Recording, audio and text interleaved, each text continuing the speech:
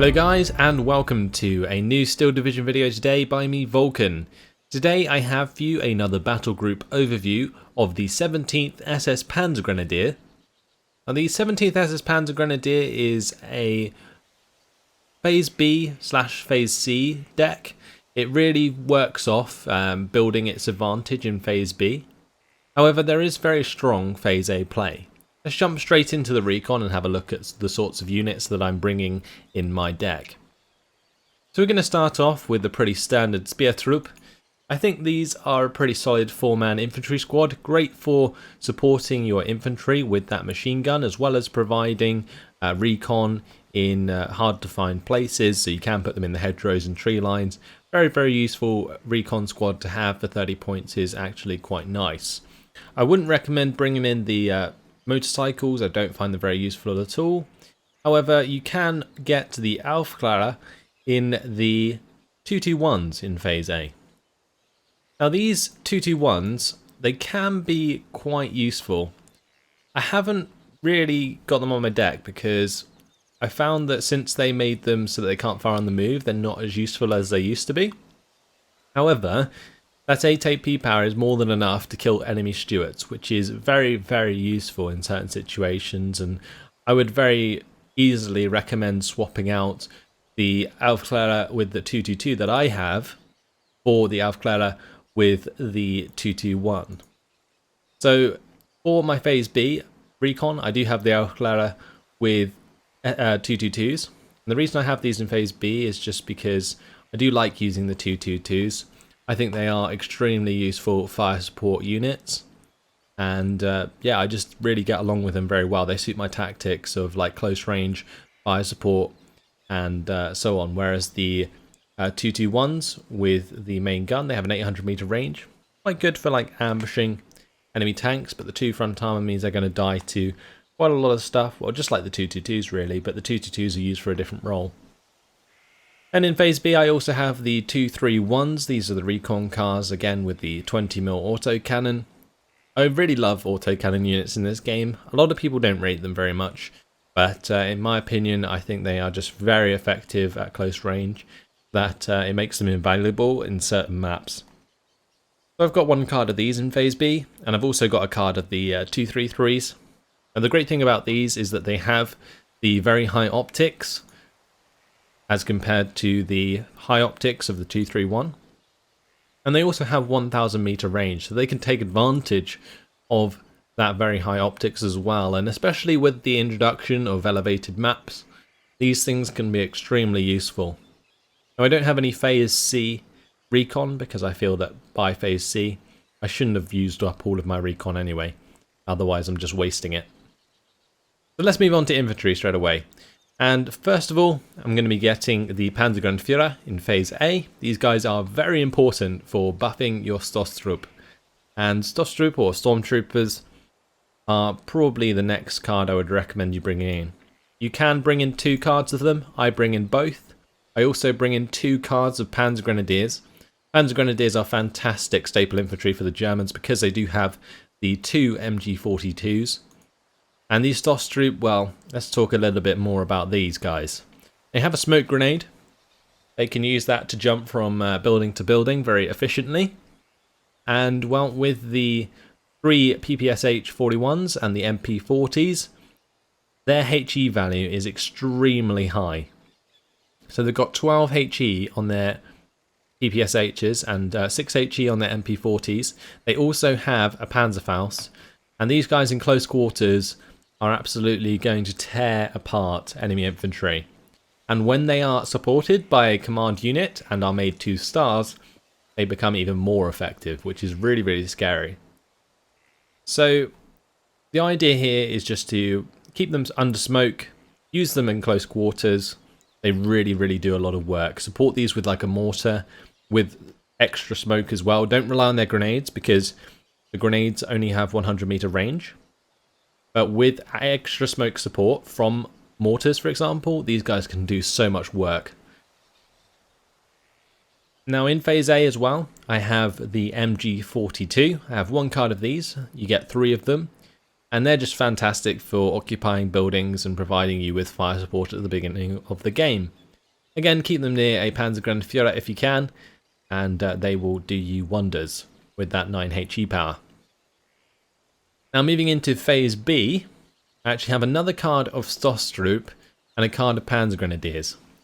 Now I used to have a card of Pioneer Führers, and these did me well until I realised that I wasn't using them all. In which case, I think I'd prefer to have 6 units of Stosstroop, because Stosstroop are such a versatile unit that can be used in multiple situations. You just got to combine them with smoke, and they will do the rest for you. It's really, really great.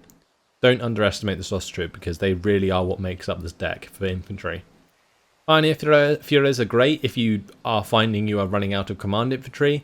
You'll see that in the support tab, I actually run multiple command units in order to make up for the fact I don't have many in the infantry tab. Now the other options in the infantry tab, moving into Phase B, are the Pioneers and the Sturmpioneers.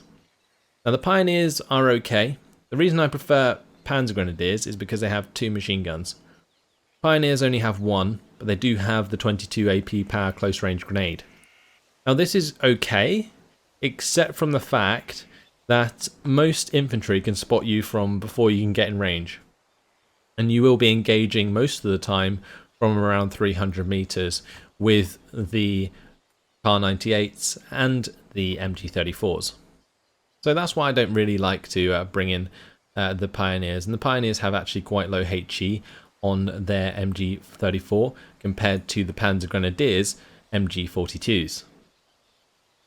Now if we look at the Sturmpioneers, these are 6-man squads with a flamethrower. Again, they're great in those close quarters situations. Covered by smoke, they can make a lot of ground. However, again, the 100 meter range does let them down. They're great for town fighting, when you're fighting from building to building very close by.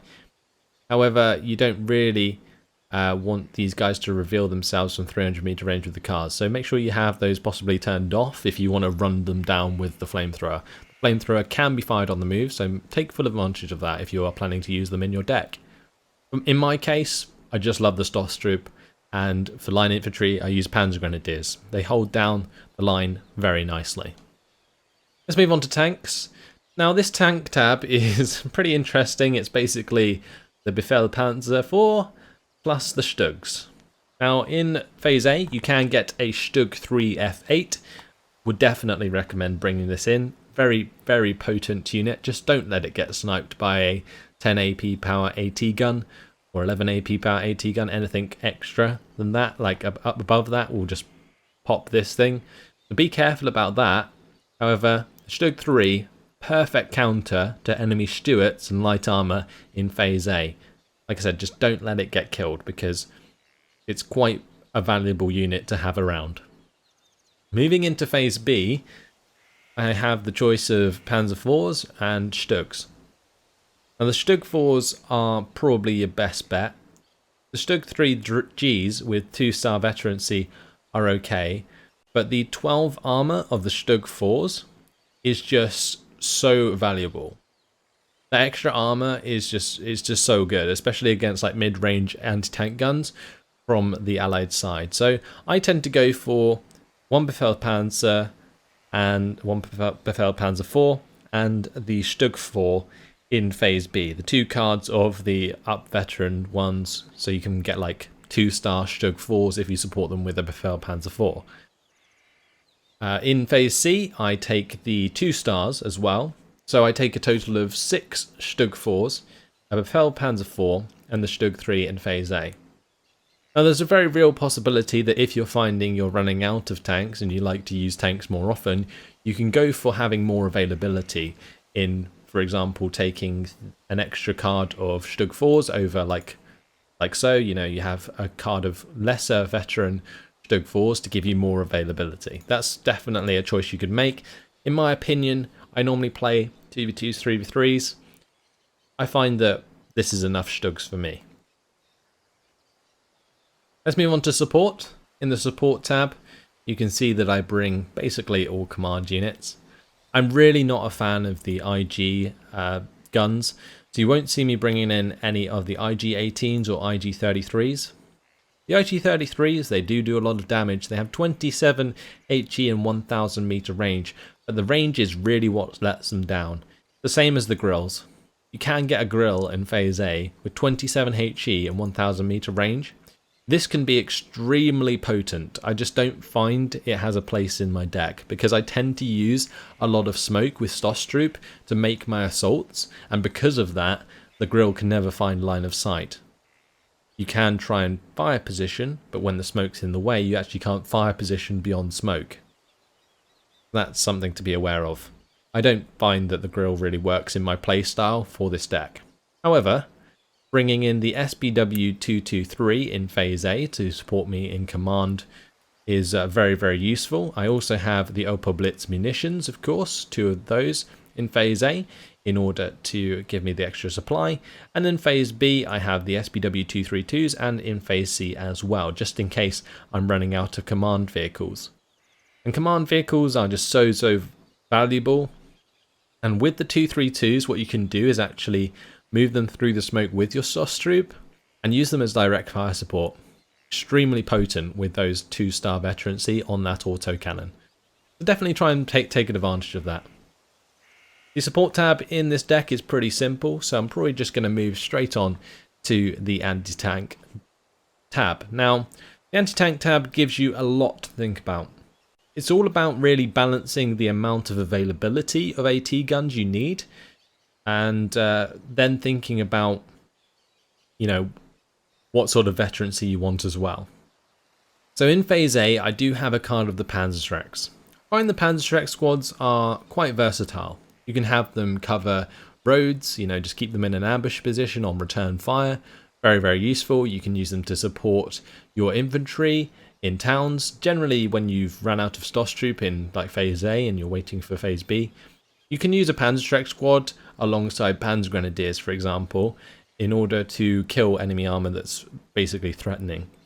And that's how I would use the Panzerschreck squads. They're there to fill in when the Stosstroop can't do the job, because the Panzerschreck has 250 meter range and the Stosstroop have 150 meter range. So say your Stosstroop are in the factory at Columbell and they're on the edge of the factory buildings, you know, like in the middle of the compound, but they're just out of range of like an enemy tank or an enemy APC, something like that.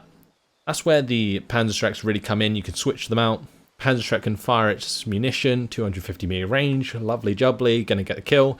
Then you jump them back and swap them back with the Stosstroop to defend, right? And you can also possibly just smoke them off with the Stosstroop. So, although you may think that, you know, you got the Stosstroop for that AT position, the Panzerschrecks with that extra 100 meter range is actually very important. So I like to have Panzerschrecks on my deck. Also in Phase A, I do bring in 3 Pak-38s. I'm not sure if this is enough yet. I haven't really decided whether this is enough AT guns for Phase A, because I do tend to bring them all in. And against certain decks, like the French and the 15th Infantry, having a lot of AT guns is very useful. So yeah, I'm still not sure whether or not I need maybe 6 Phase A AT guns. However, for now I'm sticking with 3 Pak-38s. I don't bring in the Pak-40 just because I don't feel that I need a Pak-40 in Phase A. And also, you only get 1 of them. So I wait till Phase B to bring in the Pak-40s, where you can bring in 3 of them. So that's basically where my Pak-40s come in, as well as 1 Pak-43. So this is definitely worth having. This was the first deck that was released to have a jumbo killer, or the long 88 as people like to call it. And yeah, you can only get 1 card of it in Phase B, and it's definitely worth having, just to allow you to assert some mid-game dominance. Just don't let it get killed very easily. Try and keep it in a relatively safe position, maybe around some AA, to save it from airstrikes. Now, some people like to bring in the Marder 3s in Phase B. Personally, I really don't like the Marders. Now, these Marders have 2 front, side, and 1 rear armor, and this basically makes them extremely vulnerable to 50 caliber machine gun fire let alone autocannons. So these things can die very, very easily, and since they are an armoured vehicle, it only takes one shot penetrating to kill it. So in this case, I find the Pak-40s actually more resilient than a Marder 3, because a Marder 3 can just be one shot, whereas a Pak-40 might even survive a bombing strike. Marder 3, less than likely. So I don't really like the Marders in this deck, and I tend to never bring them in. Moving into Phase C, I bring in a card of 2 Pak-43s with 1-star veterancy and 1 Pak-43 with 2-star veterancy.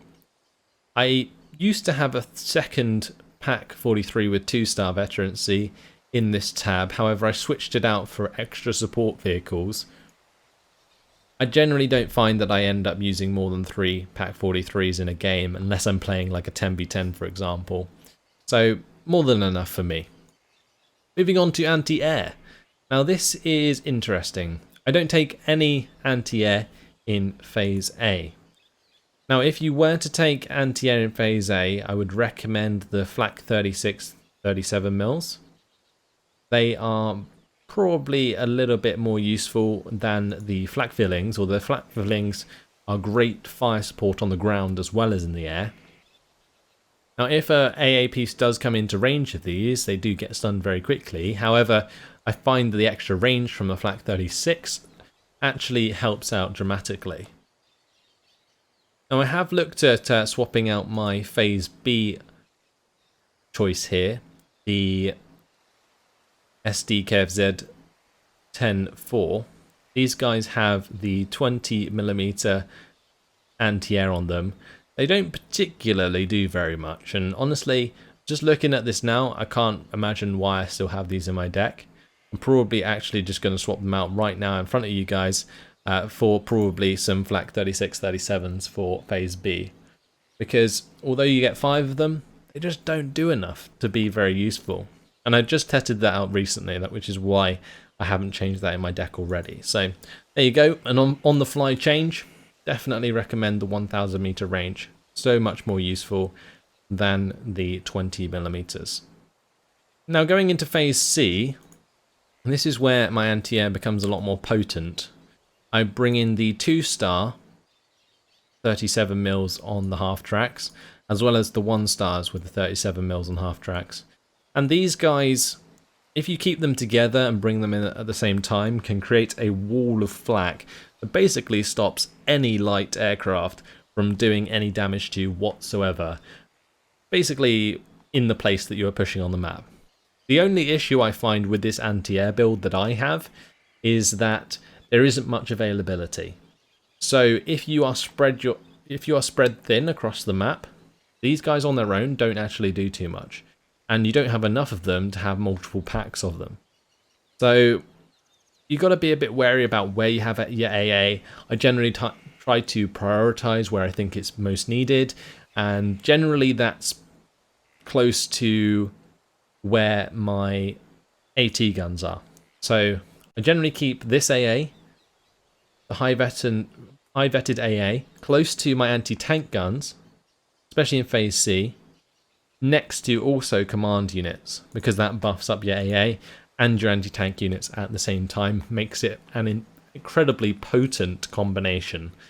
You can't be hit by airstrikes because the 1000 meter range hits the aircraft before they hit you, and also your AT guns are busy popping things on the ground, especially the Pak-43s, which do have the full HE power versus enemy infantry.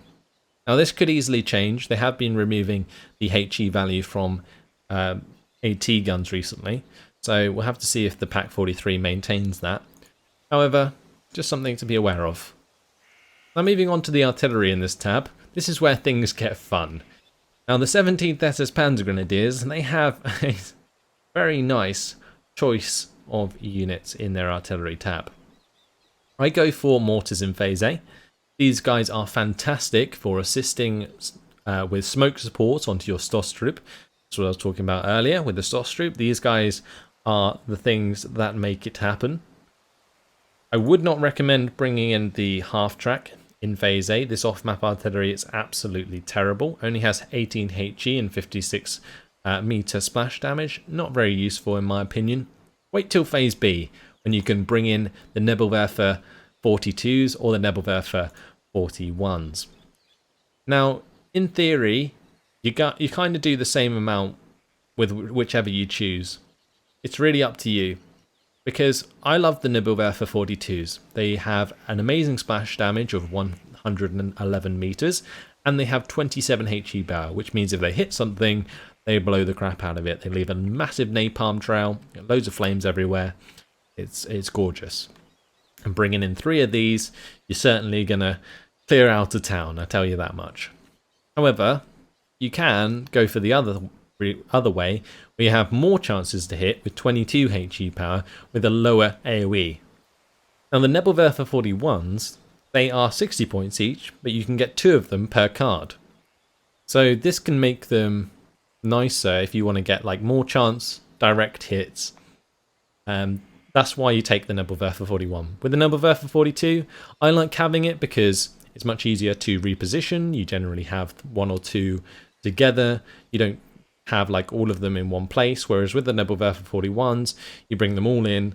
You have to have more than 1 at least to do some damage, whereas with the Nebelwerfer 42s, you can just bring in 1, and it will generally be enough to help you push your front line.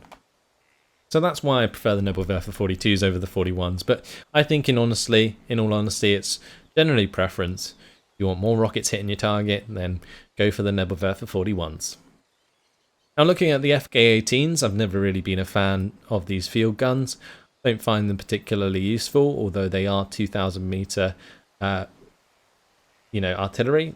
It's not too bad. They do have Phase B mortars. These guys have 20 HE with 1,600 meter range. Very tempting, honestly. These are very tempting. I just don't find that they have a place in my deck over a Nebelwerfer for what they achieve. 20 HE is great, but a Nebelwerfer does the job much better. In Phase B, you can choose to bring in 2 SK-18s. I never find I save enough points to bring these in Phase B, so I have 3 of them available in Phase C. Now you can again get more of those mortars in Phase C. If your Nebelwerfers are still alive, you won't be wishing you had these 120mm mortars anyway. And well, the Schwimmwagen with the 210mm off-map, this is really preference. Do you like off-map artillery? Possibly bring one in instead of an SK-18. You do get 2 cards of them, so you get quite a lot of off-map artillery, and it can be quite useful. However, in my opinion, these SK-18s, you mustn't ignore how good these are. They have 4,000 meter range, which means they basically fire out of range of most allied artillery at the moment, and that can be extremely useful. They have 15 HE, which is not amazing, but definitely enough to pin down units you are trying to attack, and also just take out enemy artillery. You know, counter battery with these SK-18s works out very well. So that's one thing that I would maybe suggest using them for. Now finally, moving on to the air tab, this is again where things get interesting. So in Phase A, you can bring in Ju-87s with the 115 HE bomb, as well as Me-109s with the 2 25 HE rocket pods. Now these are interesting. I haven't really found a reason to bring in either the Ju-87 or the Me-109s in Phase A, because I find that if I do, they are more than likely to be shot down by allied fighters in Phase A, and the Me-109 with the rocket pods is less than ideal for dogfighting in Phase A. Now, in some cases, you could probably, maybe in a 1v1, argue that having planes in Phase A is actually relatively important. However, I just don't find that I need them, nor do they actually match up to enemy fighters in Phase A, so that's why I don't choose to bring them. As we move into Phase B though, definitely important to have the FW-190s. These are the only fighters that you can get on this deck, the fighter-specific aircraft. So that you need to kind of have them there just to support your air moving into Phase B. This is where you try and take control of the skies. You can then bring in 2 of the ME-109s on a card, which I like to do because I do like having these rockets available to me. However, I'm more than happy to wait till Phase B. And then I also have access to the Ju-87. These things have 12 AP power and can be very proficient at cleaning up enemy armor. And once you've got to realize when they get closer, their AP power actually increases. So these guys can penetrate quite high armor. Definitely a unit that I like to see come out in Phase B. And I never actually used to have this in my deck until I saw Val get really nice kills with this unit. And if you control the skies, you can definitely afford to have this in the air. You don't want to bring this out on its own because it has 350 km/h speed currently. And although its agility is excellent, it really doesn't help it out. Now the Ju-87s, again, they are something you could choose. The 15HE bomb does one-shot most AT guns and infantry squads and so on. So it's something you could choose in Phase B. You can get 2 of them. With bombers, I always find that experience doesn't really matter. Doesn't matter if you have experience or not, because the bomb's going to hit on target anyway. Experience only really comes into play on fighters, I find, but then I would argue that timing is more important when it comes to fighting in the air than experience. Also the amount of AA you have. So that's, experience is less of an issue on fighters. But yeah, that's pretty much my B phase right there. Can also bring in Ju-88Ss with the 14 7HE power bombs, which I don't think is very good, or the Ju-88Ss with the 25HE, 2 of those bombs. They are very good. You can bring that in Phase B, but I choose to just wait till Phase C, where I can bring in 2 of them to sort of finish off the game. Now you could, instead of Ju-88s, choose to bring in more Ju-87s, but I find that bombers are a very versatile unit to have on your deck. Always pick the variants with the high HE. Just find the 7HE bombs. They're great for stunning, but they will never kill anything. And that's pretty much it. That's all of the units in my deck. Let's have a little talk about how they complement each other. Now, I've sort of talked about this as I've been going along, but some of my choices may make a lot more sense if I talk about them in a grander sense. So the Speer Troop, they're just there to provide recon in Phase A. Not too much to talk about. However, as we move down to the infantry, we look at the Stoss Troop and Panzergrenadier combination alongside the mortars from the artillery. And these guys can provide lots and lots of smoke support for your Stoss Troop to get very close to the enemy infantry. That makes it very easy to hit enemy hardpoints and enemy half-tracks and so on, especially with those Panzerfaust. Now the Panzerschrecks are useful. I would suggest maybe bringing 1 Panzerschreck squad with maybe 4 Stoss Troop in order to switch out whenever you need to.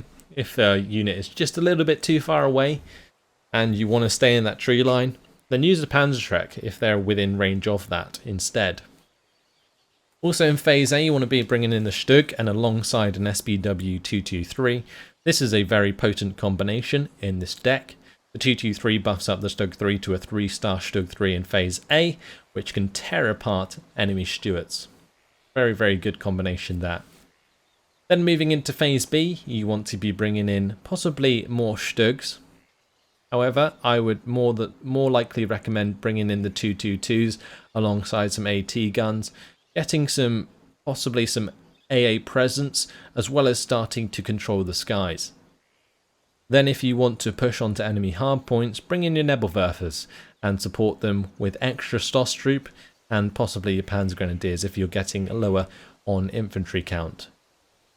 Your mortars shouldn't be dead by now, so make sure you keep them alive and you can continue to use them for smoke, bringing in your Opel Blitz munition if you need to.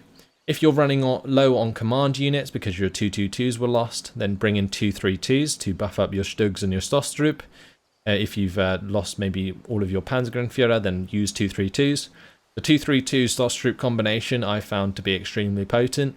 Definitely think about that, and also use 232s to support your Phase C anti-air, and possibly even your SK-18s to give them extra rate of fire if you choose to bring them in later in the game. Furthermore, these 232s are very good for supporting your anti-tank, and the 232s alongside both anti-tank and anti-air can make for a very, very useful combination of units, which is very hard to counter. The main counter to that would be artillery, and then if you have the SK-18s on the field, you can use those to counter battery. Also, the Ju-88s pretty much immune to anti-air, so just fly on over those anti-air batteries and you should be fine. Fighters are what you want to worry for with those bombers. So that's pretty much it for my battle group overview of the 17th SS-Panzergrenadiers. Let me know, guys, what you think of my deck, what you have on your own decks, and share that in the comments. I like to hear your guys' opinions on the units that I've chosen, the units that you choose yourselves, and how you use them throughout the game. Really, really appreciate your comments on the previous videos. And in the meantime, thanks for watching, hope you enjoyed it, and I will see you in the next one. Goodbye.